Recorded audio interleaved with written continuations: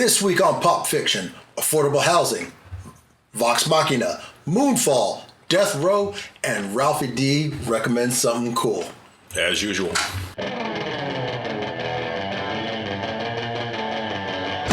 Okay, this is 252 Pop Fiction, where you'll find all the news and reviews in pop culture that's right to type. Today's top story. Moonfall, directed by Roland Emmerich. And set in the disaster genre, is a box office flop, grossing only $10 million in its first weekend on a $140 million budget. Every dollar of that movie was on the screen. Oh, now man. you saw it. Oh, I saw it. I know right. it, yeah. And it was one of those movies. It was bad, but it was kind of good bad. But it was really bad, though. Not bad meaning bad, but bad meaning good.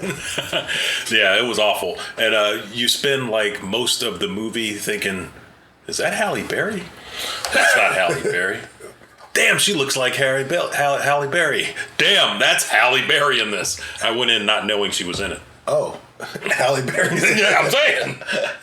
I did not know that. I'm here to tell you, it sucks. Death Row Records, a legendary hip-hop label, has been acquired by Snoop Dogg. Wow. Which released his breakthrough album Doggy Style in 1993. Snoop acquired Death Row from MNRK Music Group. The acquisition price was not disclosed. Dr. Dre, Suge Knight, Dick Griffey, and the DOC co-founded Death Row all the way back in the early 90s. I got two things to say. That undisclosed amount, what do you think it was? I have no idea what it is, and maybe it'll come out later. How much do you $1 million. All right, perfectly. I think they got it. Yeah, I think they got it for. I think he got it for a song. Yeah. No he doubt. was like, man, come give me that. I'm saying, give me that. It's up for auction. Give me that. Death Row ain't put nothing out in 20 years. Yeah, at least. You know? I would love to. Or maybe they put out a compilation Tupac album in the last 20 years. Several. I got some new shit, y'all. Guess who's still not alive?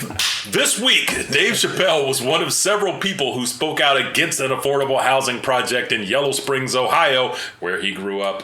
Chappelle threatened to cancel several businesses he's planning in the region if officials choose to press forward with the housing development at a council meeting. I love talking about shit that I have zero to no information about, but I did see a headline that said, Dave Chappelle not playing about this. From what I gathered from it, they have a small little enriched community, and they would like to keep it that way. You know, even though the affordable housing, well, you gotta make a stake in the community. I know, I get it. The millions that he's paid in taxes. He didn't object to the development. He objected to the affordable part of the development. He said, "Go ahead and do all of it, just not that part." So. Yeah, well, you know, he just didn't want them poor people coming into his neighborhood. I'm saying. Money. I mean, the truth is out there. It's out there. So we'll see. And some of it's even in what I said. This week's review, The Legend of Vox Machina. Vox Machina, a group of 8 unlikely and unexpected heroes, is sent on a mission to preserve Exandria from terrible magical foes. I watched this. So far, there's like 6 episodes. Mm-hmm. This is an animated version as if we ran a D&D campaign. Yeah. This is it. Oh, wow. All right. This is 100%. It's streaming right now on Amazon Prime, and I believe it's a weekly. So if you want to try to catch up. Oh, yeah. I mean, I caught a little bit this morning. I thought I saw some animated titties. Yes, it goes out there, and there's a lot of language. I mean, don't watch it with your kids. My kids are grown. Yeah, not all of them. True that. Yeah, I guess. Yeah, but still, I'd feel uncomfortable sitting there like, this gnome is going down on a minotaur. Do you want to watch this? No. Yes. Hey, you eat steak your way, he'll eat steak his way. This week, Ralphie D recommends Pray for death. This 1985 gem is about Akira Saito, played by the great Sho Kosugi, who is a Japanese family man, relocates his wife and 2 sons from Tokyo to Houston, Texas. That's not the real Houston, Texas. No, it was really Houston. To operate a restaurant. It may have been filmed in Detroit. I don't know. Akira's secret identity as a brilliantly trained ninja hides beneath his innocent exterior. When crime boss Limehouse Willie, yes, you heard that right, played by James Booth. The guy who killed Lincoln?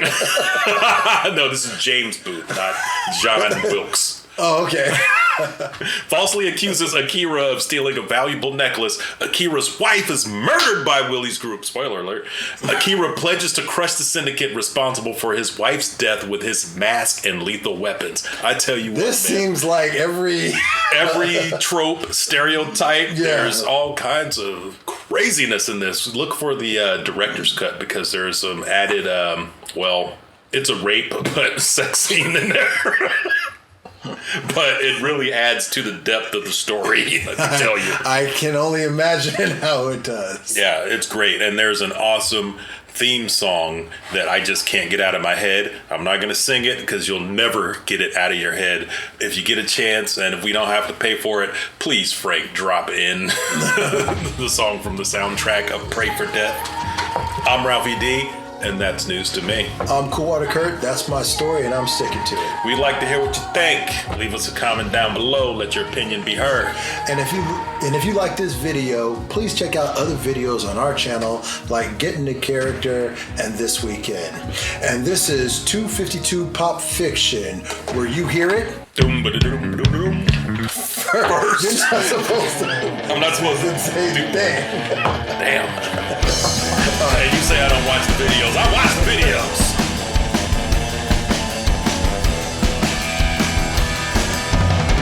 I'm Adonis. Pull yourself together.